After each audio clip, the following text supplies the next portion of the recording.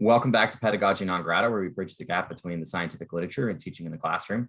I'm joined here today by Dr. Truch and Amanda Camponi. I'm sure I might have mispronounced that slightly. I've been introduced to them previously through the internet, but I will say that I'm very excited to have them both on the podcast today. Dr. Truch is the founder of the Reading Foundation and a renowned professor in terms of language instruction. And he is in particular an expert on the topic of linguistic phonics, which is something I'd never heard of before. But as he points out that in the NRP 2006 meta-analysis, it actually came out as one of the highest efficacy language instruction programs. So I really want to hear more about that. And before I say anything else that's incorrect, I'm going to let them each introduce themselves, starting with Dr. Truch. Thanks, Nathaniel. Thanks for inviting me here today. So the first little error to correct is I'm not a professor of anything. My apologies. I'm just a practitioner. I have had a lot of years of experience as an educator, going back over 50 years now. So once I got my undergrad degrees, I taught junior high school for a while. Then I I just developed a thirst for knowledge. So I wanted to, improve my educational status. So I went back and completed my master's and then my PhD. And then shortly after that, I started contracting my services out as a school psychologist, particularly in the rural districts around the Calgary area. I did that for 12 years actually. And during that period of time, I also got a couple of years of experience as an assistant superintendent for special education. So I got a real introduction to the whole system in 12 years, like from kindergarten to the end of grade 12 high school. So I sort of learned all the ropes, and the job as a school psychologist was actually, very interesting to me for maybe the first 5 years where I was on that learning curve. But after that, it was like, well, it's same old all the time. All I'm ever doing is diagnosing LD and then writing IEPs or, individual education plans and coming up with strategies that are hopefully will help the student learn to read more effectively. The difficulty was that there wasn't any real body of research back then to guide us. So it was like anything goes when it came to reading, teaching reading. So an important question is, what is it that children need to learn how to read? I think that's kind of a meta question, and I don't know that it's really been answered properly in all the research we've done. So we'll have a good look at that whole angle. In the meantime, back in, I guess it was the early 80s, I did come across a piece of research that got me very excited, because for the first time, there was a purported causal connection between learning to read and this thing called categorizing sounds. So I followed that piece of research, and categorizing sounds kind of morphed fairly quickly into what is now called phonemic awareness, and in the more generic term, phonological awareness. And when I followed that trail of research, lo and behold, the studies that were being done showed consistent results, and that was something very unusual. So most studies to that point in time were correlational in nature, not cause. So we know correlation does not imply causation. It could be a cause, but it's just not necessarily so. So I got excited. I started following the trail of research. The one particular study I'm referring to, Bradley and Bryant's study, I pursued with them. I had some correspondence. I bought some of their books. And what I noticed is that you would get a strategy here and there, but you didn't really have a program. You didn't have anything to say, well, if a child can't read, we're going to take them from point A to point Z, and this is how you do it lesson by lesson. That just didn't seem to exist, except it did exist in a clinic in California, in San Luis Obispo. And the program that we were using at that time was called the ADD program, Auditory Discrimination in Depth. And that program actually seemed to be a program. So what I did was I wrote all kinds of proposals to the school districts that I worked for. And I said, look, this is really important. This is the first time that we actually have a piece of research that can guide us in the right direction as to how to instruct children. Now, those proposals were written at a time when whole language was just like starting to just be totally entrenched. So, and then I worked in a district that had reading specialists, and who was I to question how they were, thinking reading should be taught. My psychology degree entitled me to deal with behavior problems, maybe assess reading, but that's as far as it went, right? So like, it's butt out of our territory was the message. So I just felt it was important enough. I pursued it myself. And to make a long story short, after a couple of years of experimenting and trial and error and so on, and looking at other programs that might work, I got trained in the Auditory Discrimination In-Depth program, which is now called the Lindemood Phoneme Sequencing Program, LIPS. That program I just lucked out on because it's an excellent program, and it's one of the programs that I would put in the category of linguistic phonics, which I'll talk about in a minute. So that the clinic, the Calgary clinic, I opened in 1990. So here we are, 2021, 31 years later, I'm doing the same. Well, I'm not doing the same thing. We have 3 clinics now in the country, one in Vancouver, one in Calgary, and one in Toronto. And our job is basically to try to remediate children to close the gap between where their reading currently is and where they could be. And they should at least be sort of close to grade level, I guess would be most people's comment on that one. So it's been a very, very satisfying journey for me. It's 10,000 times more satisfying than being a school psychologist. And I've learned an awful lot in that period of time. So I think, thanks for providing me some of their questions in advance too. So give me a little time to think about things. I think your first question was something to do with the basis or the difference between, what was it? Synthetic phonics and analytic phonics? That's right. correct. Okay. So phonics is a really, it's just an interesting concept. So, but I have to give you a little bit of an umbrella, some background to it. The first thing is that I think since public education, which is now over 100 years in its existence, there's been a perpetual swing of the pendulum between some kind of whole word approach versus some kind of phonics approach. And every time the pendulum swings, there's some new twist. So it starts out with some whole word approach, as it did in the early years of public education. And we should also know that before that, it was mostly a kind of a phonics approach, and some of it was probably linguistic phonics. But because there were no assessments, no data collection, nothing, we don't really know what the outcomes are. We don't know if those children learn better than they do now. But we do know in the last 100 years that the outcomes from whatever way you teach is quite similar.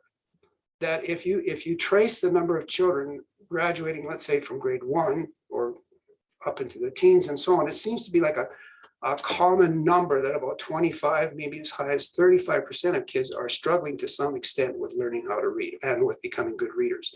That is really a horrific number. And that number applies mostly to English countries. So I'm not trying to be, nasty here. This is or politically incorrect. This is just the truth. If you look at the grade 1 reading outcomes, for example, from children in England and France, and compare them to the outcomes in, say, Italy or Spain or Germany, the kids in the English-speaking countries are far worse off. They just struggle way more. So you think, well, is there something wrong, or is there something different about these children across these different countries? And I think that it sort of begs the question, oh, maybe it has something to do with the way we teach, or maybe somehow the way that the words in each language are represented. And so now we have to talk about the different kinds of written language scripts there are. And these go back at least 5,000 years. So the Sumerians were very aware of different kinds of codes, including an alphabet code. So that there hasn't been a real evolution, if you will, of different kinds of writing systems, but there are different kinds of writing systems on this planet. So one system we'll just call a logograph system, and that's where a symbol, a visual symbol, represents a whole unit, a word usually. Okay, so hieroglyphs is often given as an example of that, but we can also use Japanese kanji as an example. So a Japanese kanji visual symbol represents actually not even just a word, it's a block of meaning. So within the block of meaning, you now have to learn other symbols to maybe get right down to the nitty-gritty of the word you actually want to write. So every whole word system, every one of them, is limited by the limits of human visual memory, which is approximately, we'll say, 2,500 symbols. So you can memorize 2,500 symbols after about a lifetime of study. So kanji in Japanese is not the system that kids learn in school. They can't learn that system. It's way too difficult. So they have a different writing scripts. They actually have two of them. So they're where the unit is now a syllable rather than a whole word. And that's much easier for the children. So they do, make much more progress in that kind of system. So you have a logograph system, you have a syllabary system, and we have different writing systems on this planet that follow that format. And then you have alphabet systems. Now, what is the nature of an alphabet system? And English is one of them. The nature of an alphabet system is that the unit of sound that is represented by the visual symbol is not a whole word, it's not a syllable, it's a phoneme. It's a unit of sound, the finest sound that the human ear can hear. Now, phonemes, as I tell people, they're phony. They're linguistic inventions. They're what's decided by linguists to say, okay, English has, we'll say, 42 of these phonemes. All right, so you have to be aware then of the unit for your writing system in order to teach it. And that's just not the case. If you use any whole word approach, if you get kids to memorize words by sight, for example, what are you doing? You're teaching them a logograph. Can they memorize that word? Sure. Can they memorize 2,500 of them? Maybe after a few years, yeah. So can they do some reading? Sure, they can. Does it work? Yeah. But is there anything that works better? Well, sure, there's something that works better. Something that actually teaches the way the English language code is structured in the first place. So whole word approaches, including whole language, get off the mark right away. Now, I was taught with Dick and Jane. That's a whole word approach. That was a basal reading series that was taught basically by memorizing words. I do not remember how I was taught to read, but I do know this now, that I figured something else out besides what was there in those whole words. I figured out somehow the code because I'm a pretty good reader and a pretty good speller today. And I never had any trouble with that. So something else was being learned. And that's the thing about kids. They will use anything, any method possible to read that piece, that word that's in front of them. So whole words, we just know. And any comparisons in the research literature between some whole word approach and some phonics approach, phonics always wins.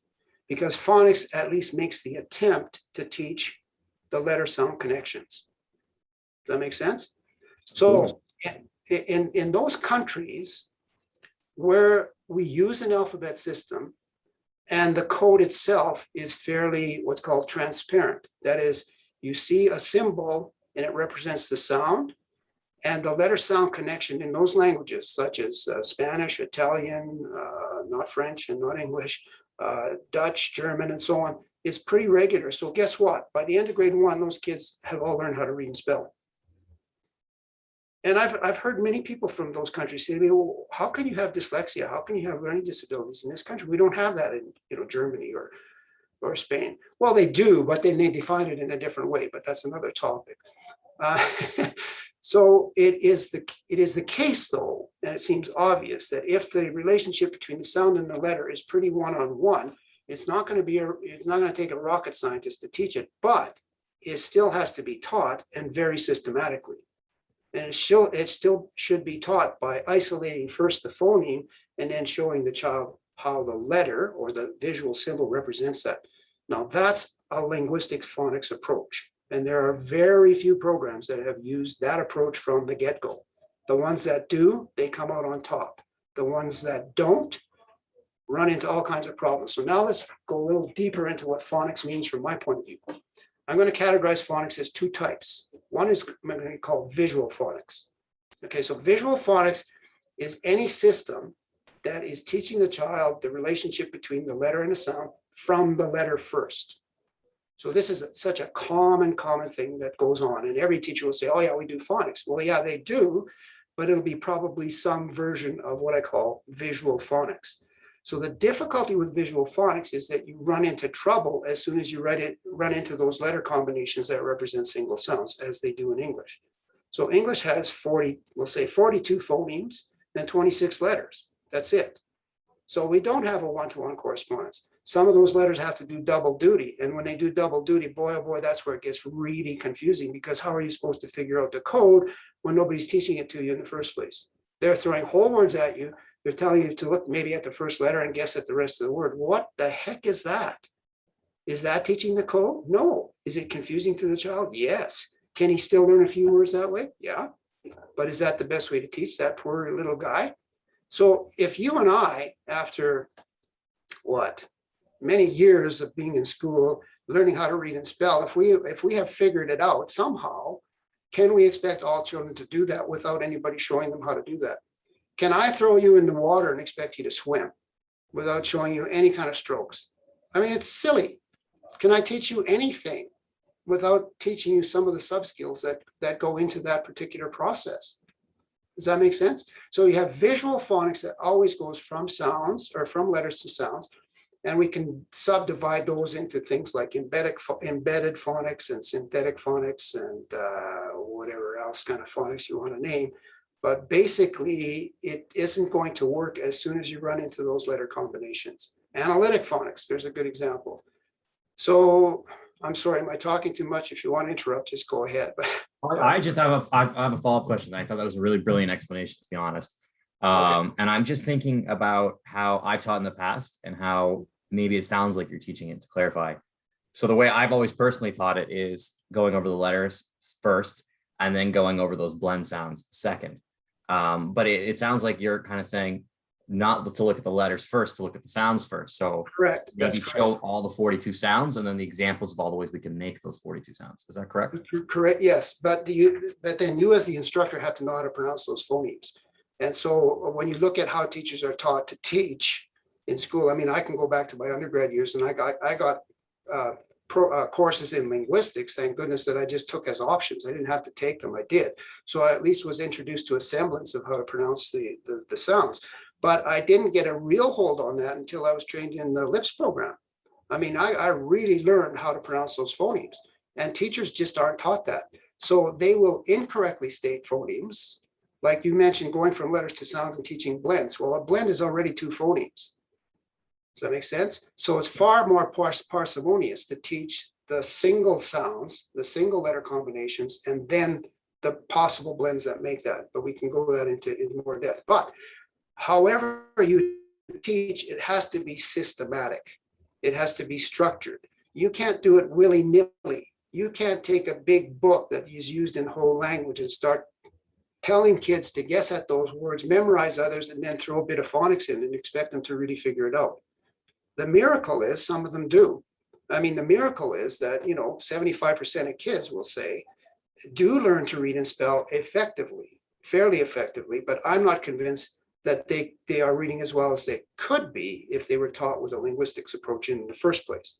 So we have visual phonics, which includes all those other terms. And then we have linguistics phonics, which is not my term, is not, that's not my term. That comes from Diane McGuinness, and I thank her. I've just read a couple of her huge tomes that were published in about 2005. And she's just, I mean, she's a genius, she's phenomenal. So her term is linguistic phonics. If I was going to use a term to contrast it with visual phonics, I would say auditory phonics. But I would say that then that's going to just get past the point. I think the point is that it's a linguistic phonics because it focuses on the linguistic unit upon which our alphabet system is based. And in English, we run into trouble with orthography, which is, to me, another term that's used all over the map, but all it means to me is a standardized spelling. Orthography is standardized spelling, is what you're going to see in print. Okay, and we have borrowed from about 5 different language sources over the years. So our language print has evolved into this strange mixture of letters and sounds, the same letter representing different sounds, the same sound represented by different letters. It just goes all over the map. And we're expecting children with our current notions of how to teach them to figure it out themselves. I mean, that's just, well, it's pedagogically incorrect, and it's just perpetually leading us into the same numbers of kids who are struggling all the time. So is linguistic phonics approach more effective than the other kinds? I would say yes. Is there evidence for that? Yes.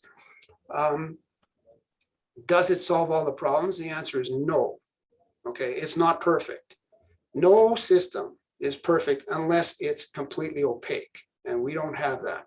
So no way that we could teach English is going to be absolutely perfect. So we have to understand what we're doing, even with a linguistic phonics approach. So with a linguistic phonics approach, you first teach the sounds, then you teach the child the single letter. Usually it's a single letter that represents that particular phoneme. Then you get the child to apply it to a word once he has enough of those sound letter connections by reading it. You have to teach him how to track his eyes from left to right, because that's how English is read, left to right. So the eye tracking is important. That's going to get us into another topic. Are those eye tracking exercises from optometrists, are they really good at teaching a child how to read? So that's another question. But the left to right tracking is necessary. And in English, you go left to right to the end of the line, and then you go back down to the next line, left to right, and so on. That's how we read. If we were learning other kinds of languages, we might be going from right to left. So then our eyes have to track the other way. Or sometimes you even go up and down, right? So your eyes have to track different way depending on what script you're learning to read in the first place. So English, this is a sub-skill that kids need. They need to know, they need to train their eyes to focus from left to right. And as they learn that, the eye captures a certain number of letters. So about 7, I think it is. 7 letters that is captured in any one saccade. And so if the child doesn't know the connection between the letter and the sound, because he hasn't been taught that, then he doesn't know the word, period. So what's he going to do? Well, he's going to jump all over the page looking for clues to what that word says, because that's what the whole language teachers will tell him to do. Look at the picture, guess at the word. Look at the first sound or the first letter, guess at the word. But if you don't know the word in front of you and you've guessed at the words behind you, how are you going to get the word that's directly in front of you? You know, by reading ahead, and you don't know the next word either. Like it blows my mind that people can't see the logic of how that doesn't work, because it doesn't. It simply is an inappropriate way to teach children how to read. So we have to get into teaching linguistic phonics much more commonly than we do now. And I think that's where the real problem lies for educators. So ask me a question, Nathan. I could go off in several directions at this point. Oh, that's okay. I really loved listening to that. And I will say I was thinking about this because I've been having conversations with Dr. Pete Bowers lately. And a lot of what you said in terms of the issues and how we're teaching language traditionally and conventionally are very different, or very same. You guys have sort of the same critique, although he comes at it from a different solution. But I still think you guys both really eloquently put the problem with our traditional understanding of how to teach phonics and, of course, whole language. Right. What I really want to know now is the efficacy behind your idea, because I'm all about efficacy on this podcast. So how do we know that linguistic phonics is not just conceptually correct, but practically correct? Okay, well, first of all, you won't find the term linguistic phonics in any of the NRP studies, because it seems that, and I don't want to slag these researchers, they're incredible, they've answered certain questions with us for sure, but they do not make that distinction. So the distinctions they do make in the NRP studies are the ones that are traditional visual phonics distinctions. However, there were a few studies that they maybe didn't even know met the criteria of what I call linguistic phonics. Okay, so I'll name them. There was Jolly Phonics. Jolly Phonics is used a lot in England, and it's a very good program. Some would call it synthetic phonics because it meets the criteria of how synthetic phonics is defined in England. But it also meets the criteria of linguistic phonics because it goes from the phoneme to the letter. And it does that systematically. And I would say that if you're a grade 1 teacher or a kindergarten teacher, you should be exploring this program for use in your classrooms, because you should be exploring our program too, but then I'm just selling it, and I won't train you in it anyway, but Jolly Phonics is a great place to start. You know, I mean, it teaches correctly, and it does so systematically. And it incorporates the other elements that I consider to be very essential in teaching children how to read. And that is teaching them how to spell. So reading and spelling, we're often told, are the head and tail of the same coin, or almost. But that's not how it occurs in the regular classrooms. Because when you split off visual phonics, you are not teaching the child the code. You're teaching them some semblance of the code, but you're not teaching the code reversibility feature. The reversibility feature is that you should be able to go from letter to sound or from sound to letter and arrive at the word. So you have to be taught the sub-skills. I mean, this is not just a simple thing, but you have to be taught the sub-skills that go into that. And when you're taught those sub-skills, then your chances of sounding out any word, including those hundreds that are put on Dolch lists and Fry lists and all those other lists that kids are peppered with by teachers in the first day of grade 1, they can read probably 95, maybe even more of those words by sounding them out once they're taught the code. If they're not taught that code, then they're just going to use a hodgepodge. And there is research to show that even really bright children who reach grade 3, who are what we call average readers, they have a standard score of, say, 100 on a conventional word reading list, a standardized reading list. Those kids are still using different strategies to arrive at reading the word. And not all of those strategies are effective.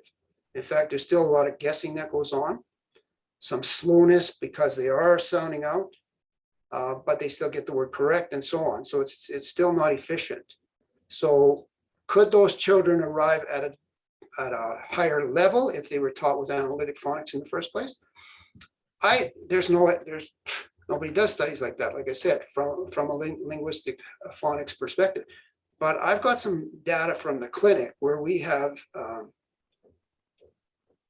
the last few years we've had enough kids that I've been able to ask Krista, who does our analytics for us, to use a formula where I have looked at the degree of delay for any child who comes into the clinic.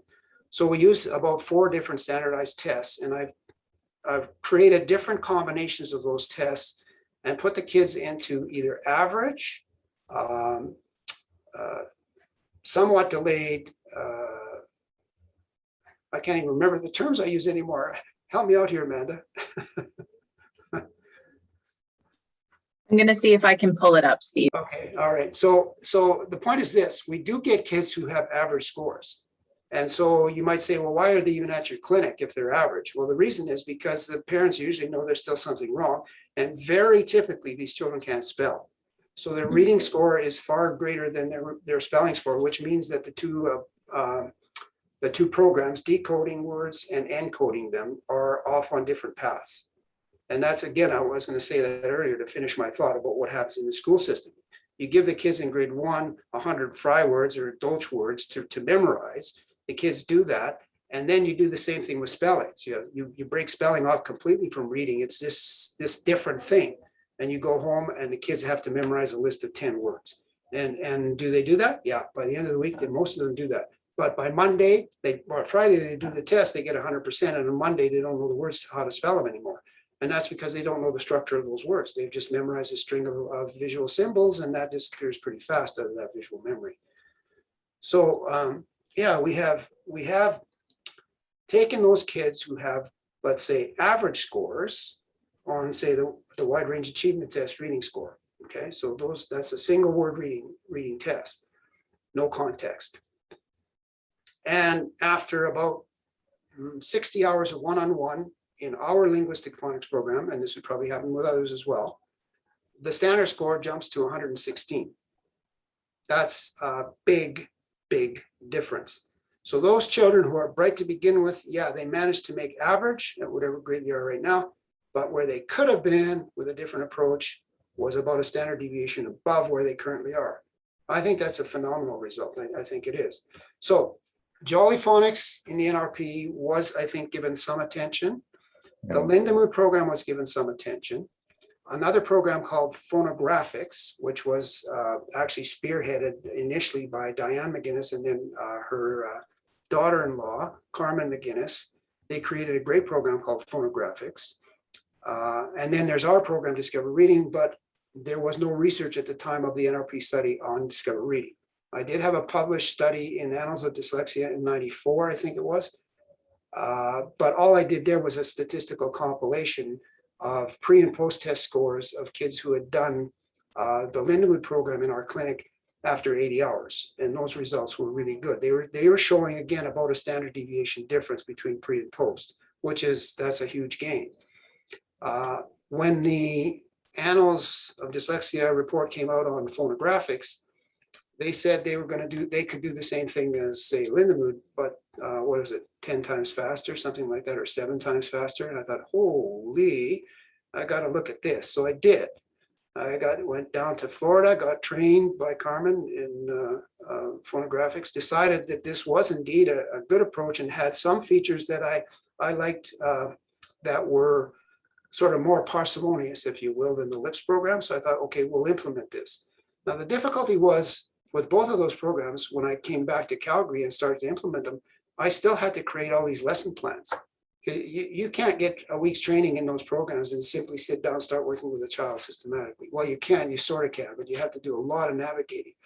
So I said, if we're going to run this in the clinic, we have to have these lesson plans pre-made for the teachers, because they need that. They can't just sit there and create lessons, as they're working with the child.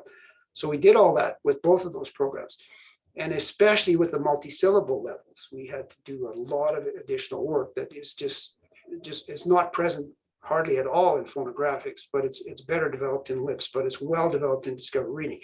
So Discover Reading, we used that for a few years. So now I had clinical experience with all 3 programs that I call linguistic phonics programs, right? And so I thought, well, let's put it to the test. So I did another compilation with several hundred students, took the data to the University of Calgary and had it analyzed.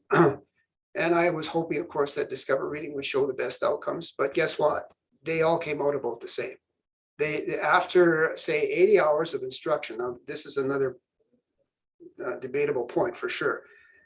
The outcomes are about the same. And that was from my data that was then presented in David Kilpatrick's book, Essentials of Assessing, Preventing, and Overcoming Reading Difficulties.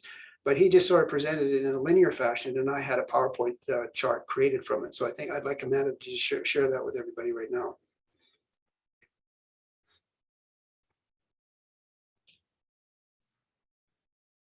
There we go. So Kilpatrick's point, I think, is well taken. If you're going to report outcomes from studies, effect sizes are not the best metric to use. That's another question I think you'd ask. We can discuss that in more detail later. But really, I think anybody like myself who is in a clinical setting or a tutor, a remedial teacher somehow, is going to want to know the degree to which what you are doing is closing the gap for that child. Okay, so Kilpatrick's analysis categorized programs with minimum effect, moderate effect, and substantial effect based on growth of standard scores. So if you have a standard score, you starting with a child who has a standard score of say 85, that child's about percentile 15, 16, depending on what test you're using, and you do 80 hours of some program and they jump to 100, then that's a standard score gain of 15 points, which has really closed the gap for that child. But if you put them into a minimal result program, such as Great Leaps or Failure-Free Reading, Fast Forward, Reading Recovery, Repeated Reading, Read 180, even Orton Gillingham, the esteemed Orton Gillingham, you don't get a whole lot of punch in terms of standard score growth, okay? Now, depending on how the study is done, you might get a large effect size just the same from these programs, but that's misleading because effect size is not what counts here. What counts is the degree to which the child is closing the gap. Then we have those kids in moderate programs, Rashad and Lovett. These are 2 programs that are a little more systematic in nature, a little more effective in teaching the connection between letters and sounds. And Maureen Lovett from from Toronto. I mean, she's again an esteemed researcher, brilliant woman, lots of experience with kids in classrooms as well. So even those programs are getting about moderate effects. And then you have the ones that are getting substantial effects. And basically, they're all the programs that we've had experience with at the Reading Foundation. So there's Discover Reading, which for sure gets about 15-point differences. Phonographics, the same thing. The LIPS program, yes. Alexander and Torgerson, those two research citations were, again, variations of LIPS. So those programs are the ones that are getting the best results. Now, are they systematically used in the school district? No. Should they be? Yes. You know, where should they be used? Well, for sure in kindergarten grade 1, because that's when you're going to get the most punch out of any of these programs. The most punch occurs there. And if a child is already delayed in kindergarten and grade 1, then you have the best chance of actually normalizing for that child. The older they get, and this is our experience, you still can remediate. There's still always hope. But what you also have to remediate as the child gets older is all their bad habits. And the singular, most insidious one is guessing. They're just guessing machines, unbelievable. And why wouldn't they be? That's what they're taught. Yeah. Yeah. So Absolutely. there you go. That's that. So there's the so-called evidence. So we do have some NRP touch points, and then we have Kilpatrick's scores, and then or his demarcations into minimum, moderate, and substantial. And then we have some interesting data, which I didn't give you, didn't prepare a PowerPoint for today, but it shows you the degree to which the child is delayed, and the degree to which you can normalize them depends on how much remedial instruction they get in Discover Reading. And I'm sure that would also apply to phonographics and the LIPS program. So I'm not just, banging my own drum here. The lesson is this: the more delayed they are, the more one-on-one remedial time they're going to need. And how long does that have to continue? Well, not a lot of research on that point either. I remember when I was first teaching, actually, the term learning disabilities in Alberta and the rest of North America was just coming out. And it was a new term. It was just like, okay, well, what is this thing? What is this learning disability thing? Well, the idea at that point was, well, if you identify the kids now and you teach them how to read, then by the time they hit grade 3, well, they won't need that kind of assistance anymore. So that's good in theory, but did it work? Well, you got the whole resource room concept set up. You got kids who had to be identified and tested first and labeled LD. And you had all kinds of kids out of that 25, 35% that were missed, right? And then what's worse, the kids that were missed were still getting business as usual in the schools. And the kids that weren't missed and getting some remedial assistance may or may not have had any kind of phonics instruction whatsoever. They might have just gotten more attention with the stuff that doesn't work. And that's not going to work either. But I do remember some classrooms, some resource teachers that were using Orton Gillingham back then. And I thought that was wonderful. I thought, you guys are actually trying to teach the code. Now, I didn't know anything about the distinction between different phonics programs at that point in time, but I thought, this is great. And you know what? Those kids were learning to read. And I think you could see why, because Orton Gillingham, at least in the early stages in most of these visual phonics programs, when there is a one-to-one relationship between the letter and the sound, it's pretty easy for the child to learn it, just as it is in Dutch or German or Spanish. When it's one-to-one, it's pretty easy. You can get kids to read simple syllable words like Bob and cat and dog, pretty easily with any kind of phonics approach. The trick, like I said, comes in when you get into trickier words that people will give different names to, words that, jail words, wonky words, all kinds of terms that just apply to words that just don't fit the code. But from a linguistic phonics approach, there are actually very few of those words that you cannot teach, that you can't teach by using a sound to letter approach. And I could give you a couple of examples of that, but maybe we're going to get over too much of our time here. So yeah. If I can just say, I'm impressed by your integrity in this conversation, because a lot of people, if they have a program that they are running or selling, they'll always want to go back to why their program is the only program that works. But you keep bringing up other people's programs and complimenting them, and I think that shows a lot of integrity. Well, great, thank you very much, and it's something that I had to grapple with as well, right from the start, because I mean, I was sort of, when this is a sore point with me. So if you don't mind, I'll talk about it a little bit. Not at all. When I learned about how to more effectively teach, my first impulse always was to give it to the school districts and beg them basically and say, this is great stuff. You have to go in this direction. Well, that's when I found out how the system works. The system perpetuates itself. And people develop their own little specialties and they don't want you to invade their territory and so on. So that all got lost. And after a while, I just got really frustrated because in one of the districts that I worked with, the material center for that district had a whole bunch of ad libs kits. So I got some of the resource teachers to start using it in the classrooms, and they started coming back to me with feedback saying, yeah, this could really work. The problem is we don't know how to teach it. So then it was like, okay, more proposals to get teachers trained in this program. And again, more rejections from the school district. So I finally just sort of said, okay, I'm a realist. I went and got this training myself. And after about 2 years of messing around with it that way, it was like, I had to make a decision. I either carry on with my life as a school psychologist, which was a good life, or I pursue this new passion. And I chose that route, and I'm so glad I did.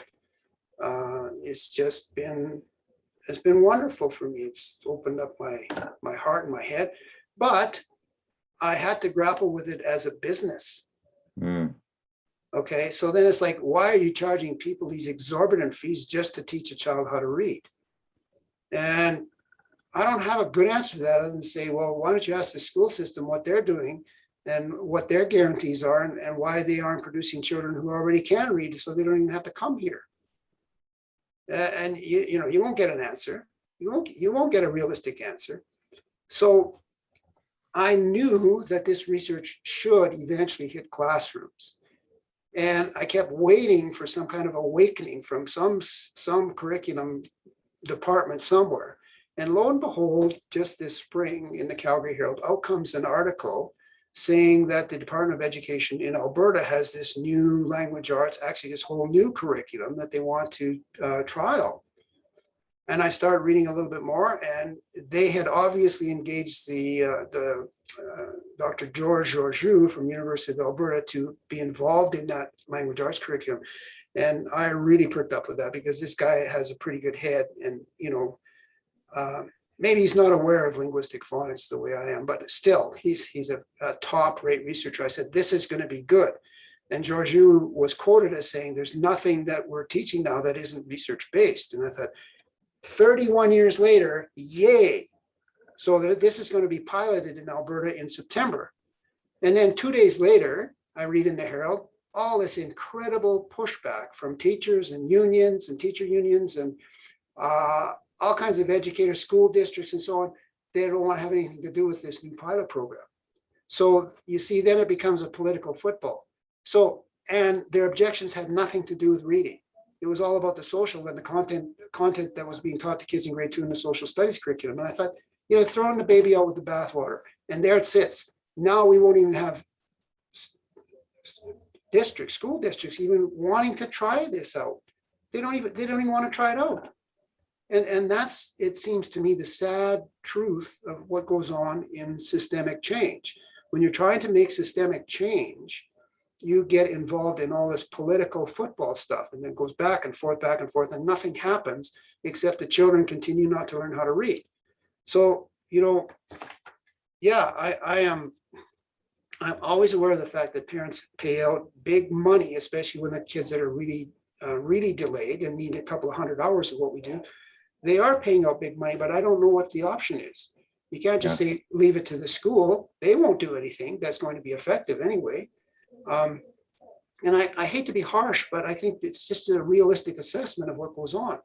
I mean, time after time, parents come into my office and they're just telling me stories of how they've noticed the child right from the get-go is struggling with reading, but they're just hitting a brick wall with the teachers who are telling them things like, well, don't worry, your child's young. Don't worry, he's a boy, he'll grow out of it. Don't worry, there's late bloomers. And is that true? Yeah, for a few of them, it's true. But for most of them, it just isn't true. It's not going to happen. They're just going to continue to be delayed. And that's the sad truth from the research too. No matter what we do, if you don't really do an effective reading program, they are going to remain delayed. And that was my experience too as a school psychologist. They're going to be delayed through their whole school career. So the system has to do something very, very different from what it does now. And if this is going to change in any meaningful way. And I think we have to start with programs that are linguistic phonics based in the first place. A good classroom based one, like I already mentioned, is Jolly Phonics. Then we can get into variations of linguistic phonics for kids who need more attention, maybe in small groups or one-on-one. And there's not a whole lot to choose from, but you know what? If a Department of Education actually took the line that this is how we're going to do it, they're the ones that control all the funding for the publishers.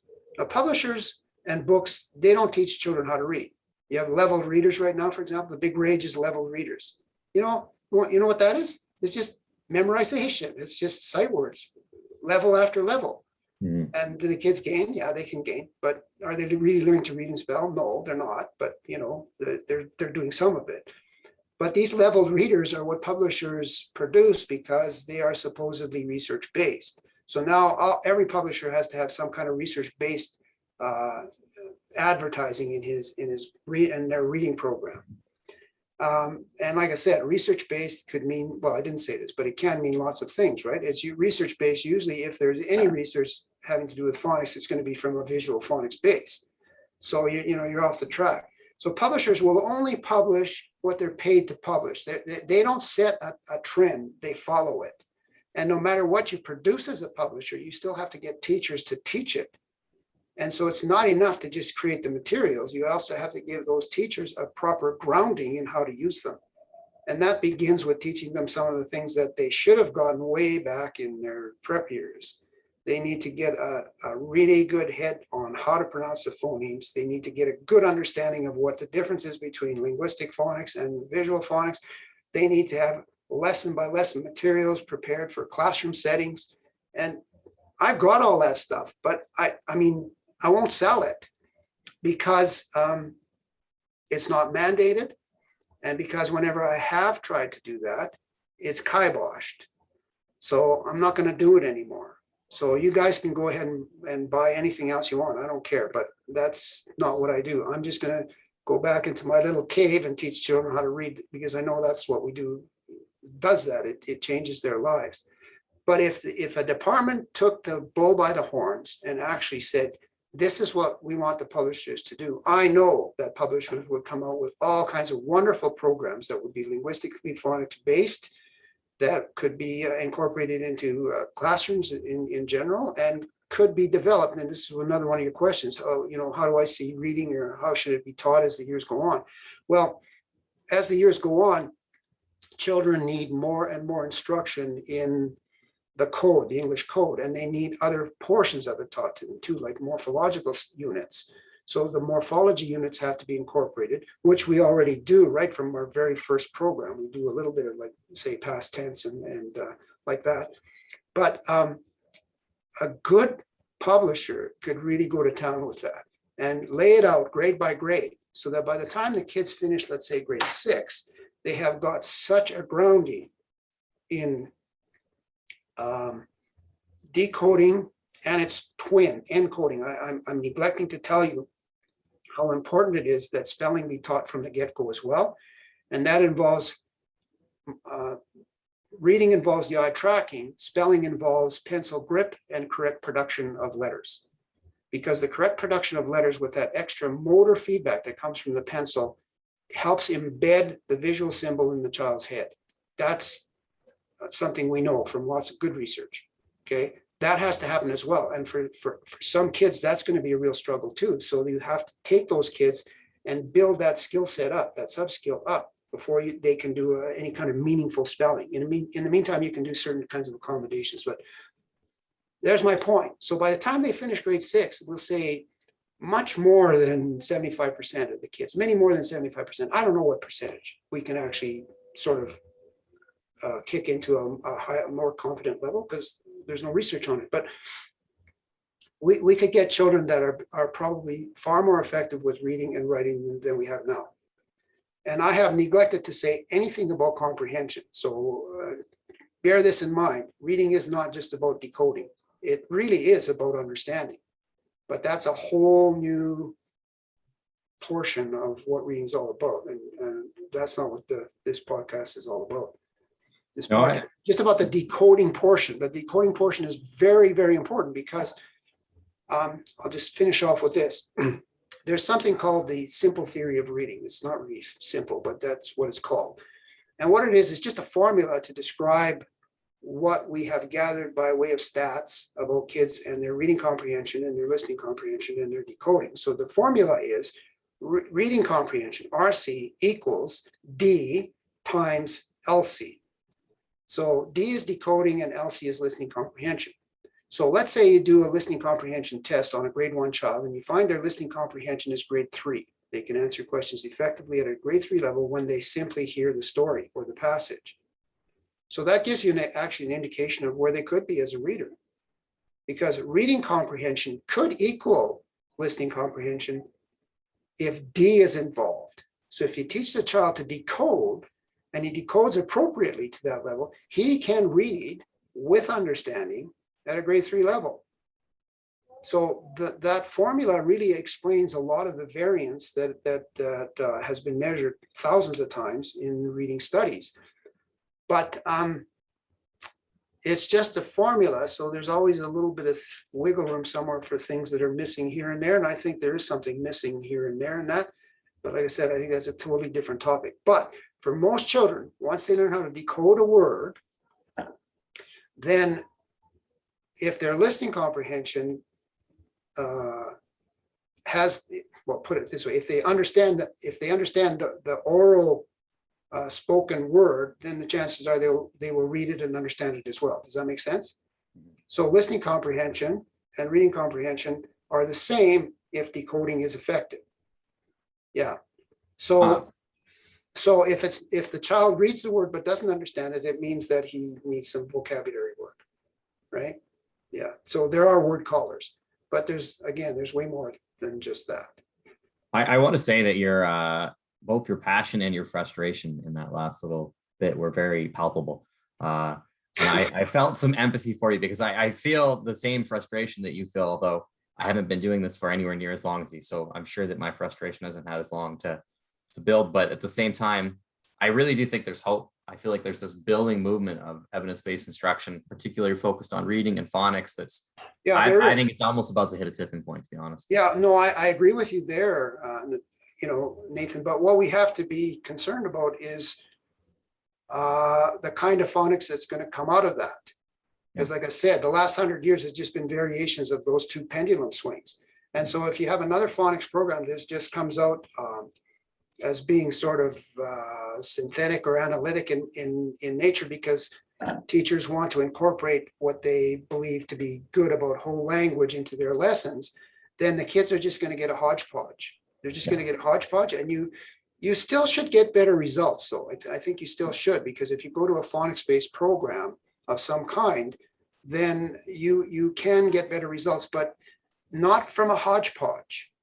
The research is clear on that too. If you just use this, mixture of whatever you think works, sight words, some sounding out, some guessing, that's usually the 3 cueing system that teachers use now. Oh yeah, some kids are visual, so we'll get them to guess that word. Some kids are language, auditory. Some kids have strong languages, so we'll get them to guess that word. Some kids are visual, so we might use a phonics approach. Some kids are auditory, so we better not use a phonics approach, or vice versa, whatever. It's a scrambled message.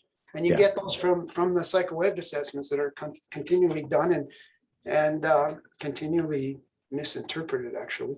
But it's frustrating. So we just have to be careful. Like I said, the Reading League is one of the organizations I think that's good, that's into research-based instruction.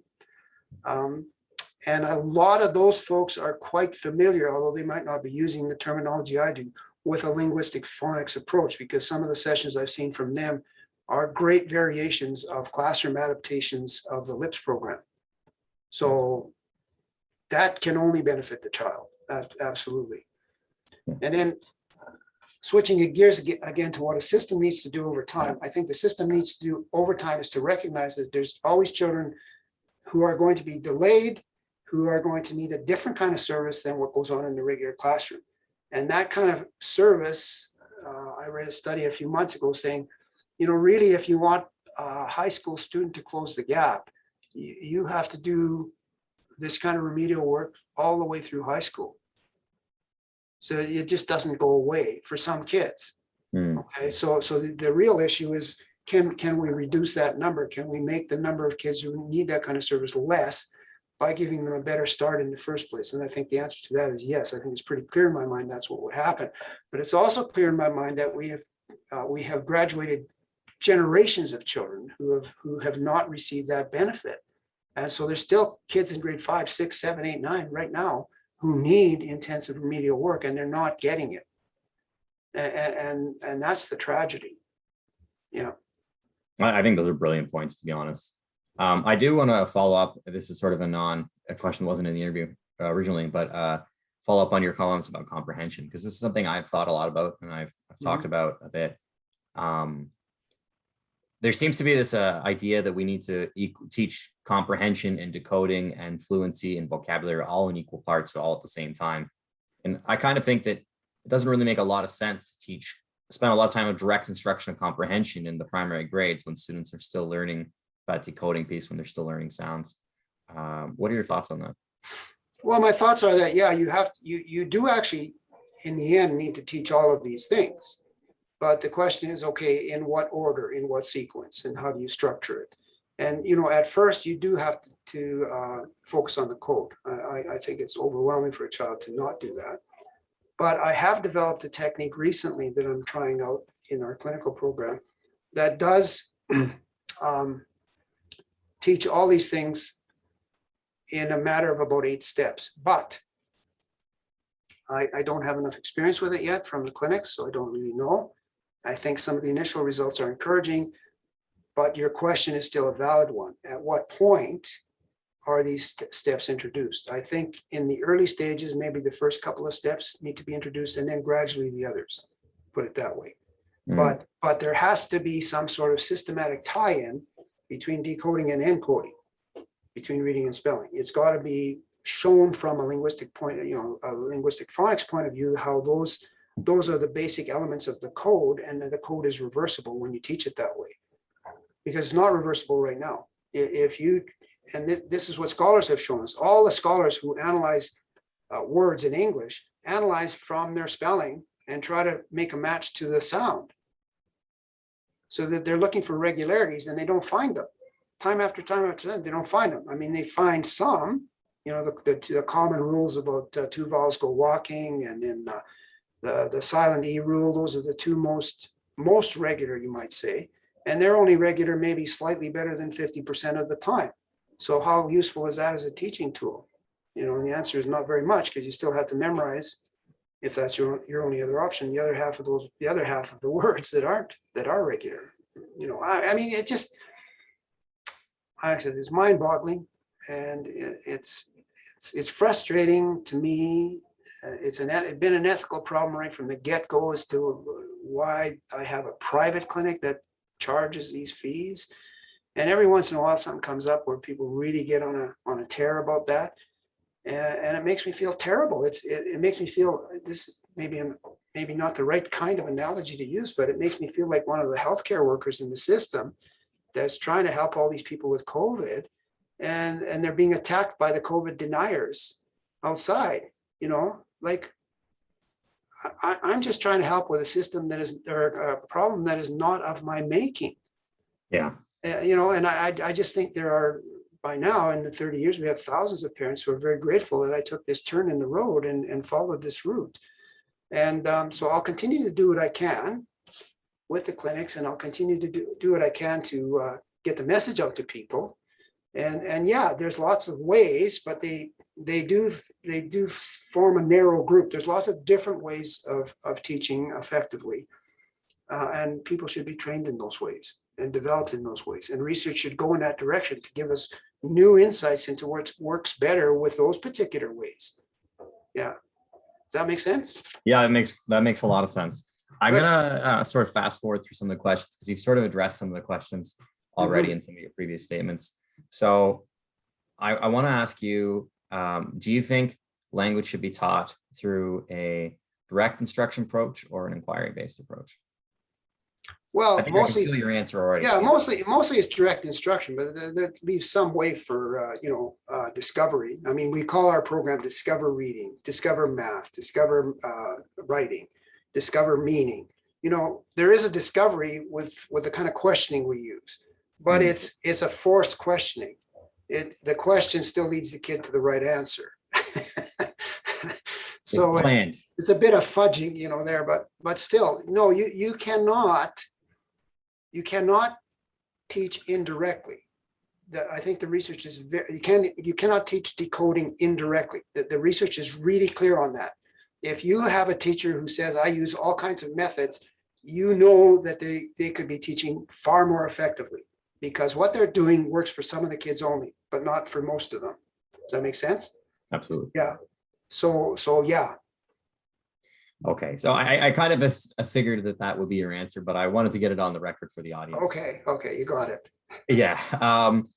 My next question is in relation to fluency. Are there any fluency specific interventions after you have decoding taught that you use?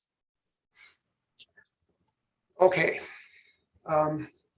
For fluency, probably rereading is the most common technique that's used, and you can make it more effective if you boil it down to a systematic and direct instruction approach. I have some general guidelines for that I can pass on to people if they're interested, but fluency, I think, builds from the bottom up. And when you use the approach that we do, like from the phoneme to the letter or letter combinations, to the word, to the reading and the spelling of that word, to context, so there's a chain there, if you will, then fluency, and I can't give you a percentage, but in a lot of those cases, simply is the byproduct. It happens when you teach the sequence in the proper order. So I've had hundreds, I don't know how many, because I'm not a research institute and I don't have the resources to just follow up every kid who ever comes to us, but literally hundreds of parents will phone, or in the olden days, or email or something to us and say, you know, my child who hated reading now loves it. I can't get him out of the books. I have to tell him to turn the light off at night now to get out of the book and go to sleep. So when you set the train in the right direction, the engine builds slowly at first, but with more and more usage, more and more time, it goes to full speed. So the fluency in many cases does develop quite naturally just by setting the foundation and the proper frameworks and the steps of that foundation from the bottom up. But having said that, we still get lots of kids who have done hundreds, well, sometimes hundreds of hours with it, are still but still pretty disfluent. And so, yeah, we have to keep working at ways to encourage that, and we do in the clinic. But that's, like I said, that's a separate problem. I think in the school system, fluency could happen much more naturally if a linguistic phonics approach was used and properly carried through for a few years. I don't think you'd have the same problem. I 100% agree with that. Well, maybe it's not 100% either, Nathan, because in, say, Germany, where the kids have learned the code really well, they define dyslexia as slowness. But when you dig a little deeper, that slowness is still faster than ours. So, you know, I mean, it really begs the question of really what kind of a biological entity this dyslexia thing is. And I think partially, yeah, there's something, but really, since we're talking about a skill that has to be learned, I don't think that the brain's of children in the countries where the code is learned quickly are any different than the ones in North America. That's a brilliant point. Yeah. I really agree with what you said. That's say about fluency. I did some research into fluency, and I really struggled with it first because I kept thinking like, well, if the decoding is done properly first, you would think a lot of this fluency would take care of itself. But you do look at the literature on repeated reading, and it does look like there is some efficacy there. But there is. I think the big problem with most of that, though, is that they have very little transfer effect. So if you have the child reading the same passage in particular repeatedly, then and they haven't been really given much in the way of phonics, code-based instruction, then they're still just basically doing a whole lot of memorizing. Yeah. And so when they come to new passages with different words that they haven't encountered before, haven't memorized, they slow down again. So you don't get the transfer that you should. But you're absolutely right. If you build it from the bottom up with a proper either synthetic phonics, which is kind of not bad, or linguistic phonics approach, then you should get better fluency as an outcome. Well, I really want to say that I've really enjoyed this interview. In fact, I've done a lot of interviews on this podcast, and there's been a couple that really stood out, and yours is just joined that rank. Great, thanks. You are very clearly brilliant, and I feel like you've actually provided a missing link in my understanding of language today. Good. The audience knows I've recently written a book. I'm in the process of trying to get published, and you've just convinced me I need to add another chapter on linguistic phonics because I honestly I think it's a missing link and something I didn't really catch. I've kind of been reading and researching lately about the issues that we do have within synthetic phonics programs, and I didn't really have a good answer in my mind as to how to deal with that. I think you provide the answer, so great, thank you. I really appreciate that. Good, that's nice to hear. Where can the audience hear more about you or find more about you? Well, we do have a really good website, readingfoundation.com. And on the website are quite a few videos with topics similar to what I've talked about. But the slant in today's podcast and YouTube presentation is slightly different than what you're going to see on those videos. So, but it's a very, very similar, almost identical message in many cases. You can email me as well. And you'll also find papers that I've written and some of the research I've done on the website. And I'd be happy to hear from you and answer any questions I can that you have of me. I will be sure to provide links to that in the episode. Great, thank you. Yeah.